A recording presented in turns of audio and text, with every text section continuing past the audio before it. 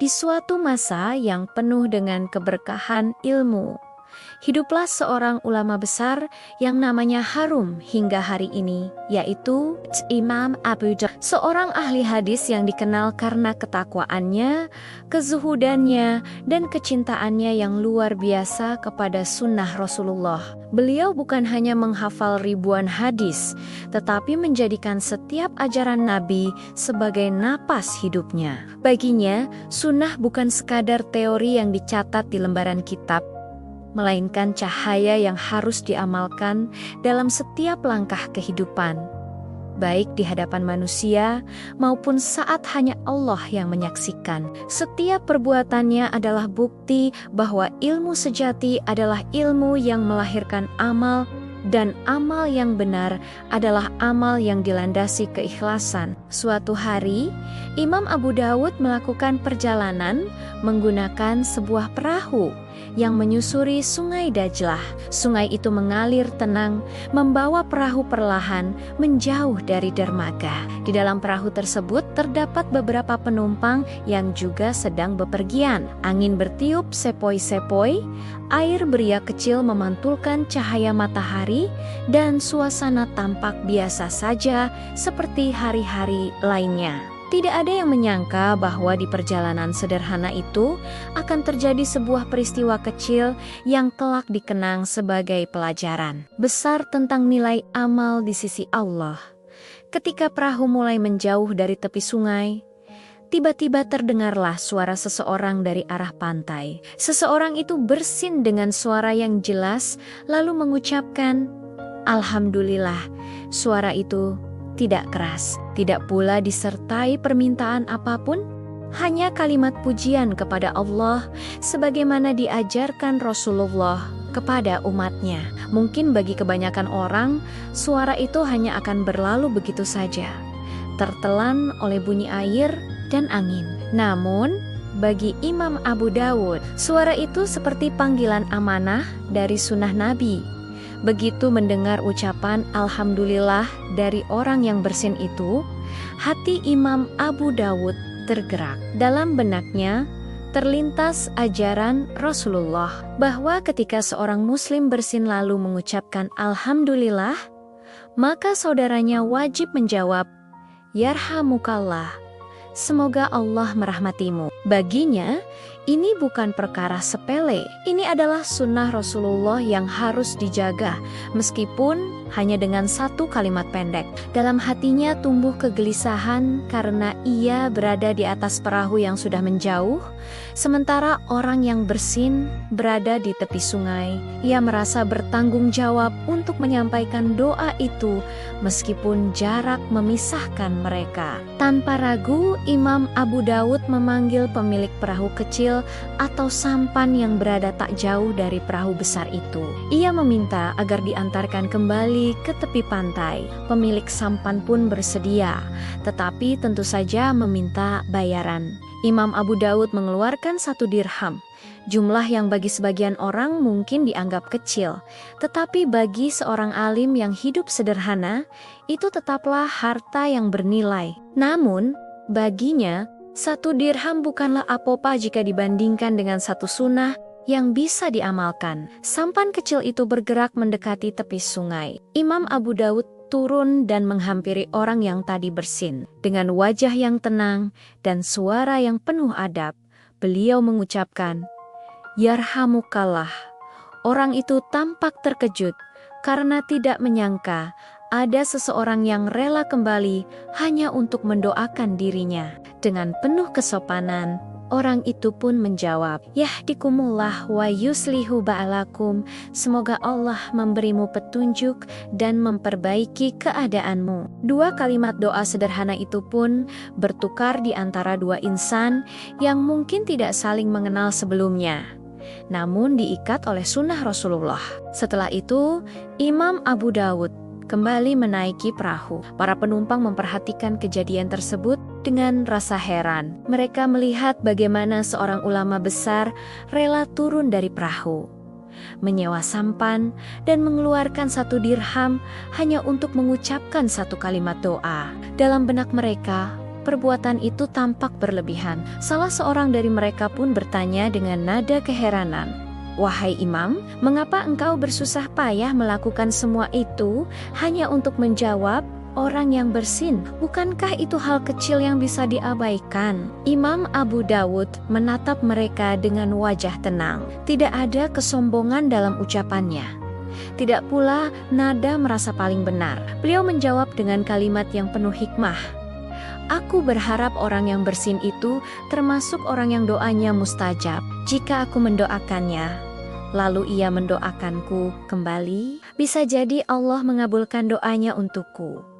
Jawaban itu membuat para penumpang terdiam. Mereka mulai menyadari bahwa di balik tindakan kecil itu terdapat niat besar, yaitu mencari ridha Allah dan berharap terkabulnya doa dari hamba-Nya yang saleh. Malam pun tiba. Perahu terus melaju membawa para penumpangnya menuju tujuan. Setelah lelah menempuh perjalanan, satu persatu mereka tertidur. Di saat itulah terjadi peristiwa yang semakin menguatkan makna dari tindakan Imam Abu Dawud.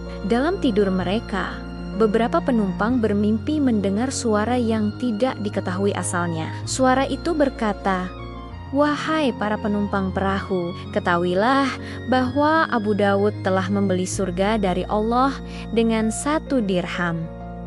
Suara itu terdengar jelas, tegas, dan menggugah hati. Ketika mereka terbangun, sebagian dari mereka menceritakan mimpi yang sama. Mereka pun menyadari bahwa peristiwa siang tadi bukanlah kejadian biasa, melainkan amal yang bernilai besar di sisi Allah. Kisah ini kemudian tersebar dari mulut ke mulut dan dicatat oleh para ulama. Di antaranya Al-Hafiz Ibnu Hajar dalam kitab Fathul Bari. Kisah ini bukan untuk mengangkat nama Abu Dawud semata, karena beliau sendiri tidak pernah mencari ketenaran. Kisah ini disampaikan agar umat Islam memahami bahwa sunnah Rasulullah sekecil apapun tampaknya memiliki nilai besar jika dilakukan dengan ikhlas. 1 dirham yang dikeluarkan dengan niat menghidupkan sunnah bisa menjadi sebab datangnya surga. Dari kisah ini, kita belajar bahwa ukuran amal di sisi Allah bukan terletak pada besarnya di mata manusia, tetapi pada keikhlasan dan kesesuaiannya dengan ajaran Rasulullah. Banyak orang mengira bahwa amal besar harus selalu berupa sedekah dalam jumlah besar, pembangunan masjid, atau jihad di medan perang. Padahal, kadang amal yang tampak kecil seperti menjawab orang bersin, tersenyum kepada saudara, atau mengucapkan salam dengan tulus bisa lebih berat timbangannya di sisi Allah dibandingkan amal besar yang dilakukan tanpa keikhlasan. Imam Abu Dawud mengajarkan kepada kita bahwa ilmu bukan untuk dibanggakan, melainkan untuk diamalkan. Ia tidak berkata, "Aku ini ulama besar, tidak perlu turun dari perahu hanya untuk 1 sunnah." Justru ia merendahkan dirinya demi menjaga 1 ajaran Nabi. Inilah ciri ulama sejati, yaitu mereka yang semakin berilmu, semakin tawadu, dan semakin takut kepada Allah. Mereka tidak melihat amal dari sudut pandang dunia, tetapi dari sudut pandang akhirat. Kisah ini juga mengingatkan kita tentang pentingnya berharap kebaikan dari sesama muslim. Imam Abu Dawud tidak mengenal orang yang bersin itu. Ia tidak tahu siapa namanya, bagaimana kehidupannya, atau seberapa besar amalnya. Namun ia berprasangka baik bahwa mungkin orang itu termasuk orang yang doanya dikabulkan. Inilah husnuzan yang diajarkan Islam, yaitu melihat potensi kebaikan pada setiap muslim, bukan menkari-kari kekurangannya. Betapa banyak dari kita hari ini yang menyepelekan sunnah Rasulullah. Ketika mendengar orang bersin, kita diam. Ketika bertemu saudara, kita enggan mengucapkan salam. Ketika mampu membantu, kita berpaling dengan alasan sibuk. Padahal, setiap sunnah yang kita abaikan adalah peluang pahala yang kita sia-siakan. Jika Imam Abu Dawud rela mengeluarkan 1 dirham dan menunda perjalanannya hanya demi 1 sunnah. Lalu bagaimana dengan kita yang seringkali tidak mengeluarkan apapun selain sedikit perhatian? Kisah ini juga mengajarkan tentang niat. Imam Abu Dawud tidak melakukan perbuatannya untuk dipuji, karena tidak ada yang memintanya melakukan itu. Ia juga tidak melakukannya agar terlihat saleh, karena sebagian penumpang justru menganggapnya aneh. Ia melakukannya karena ingin menghidupkan sunnah Rasulullah dan berharap ridha Allah. Inilah yang membuat amalnya bernilai tinggi, bahkan disebut sebagai membeli surga dengan 1 dirham. Bayangkan jika dalam kehidupan sehari-hari kita menghidupkan sunni-sunnah kecil dengan niat yang benar, menjawab orang bersin, memberi salam, mendoakan sesama, menyingkirkan gangguan di jalan, tersenyum dengan tulus, menahan amarah, dan memaafkan kesalahan orang lain. Semua itu tampak sederhana, tetapi jika dilakukan dengan ikhlas dan istiqomah, bisa menjadi jalan menuju surga. Imam Abu Dawud tidak pernah menyangka bahwa tindakannya hari itu akan dikenang hingga berabad-abad kemudian. Ia hanya menjalankan apa yang diyakininya benar. Inilah keindahan amal yang ikhlas. Ia tidak membutuhkan pengakuan manusia, karena balasannya datang langsung dari Allah.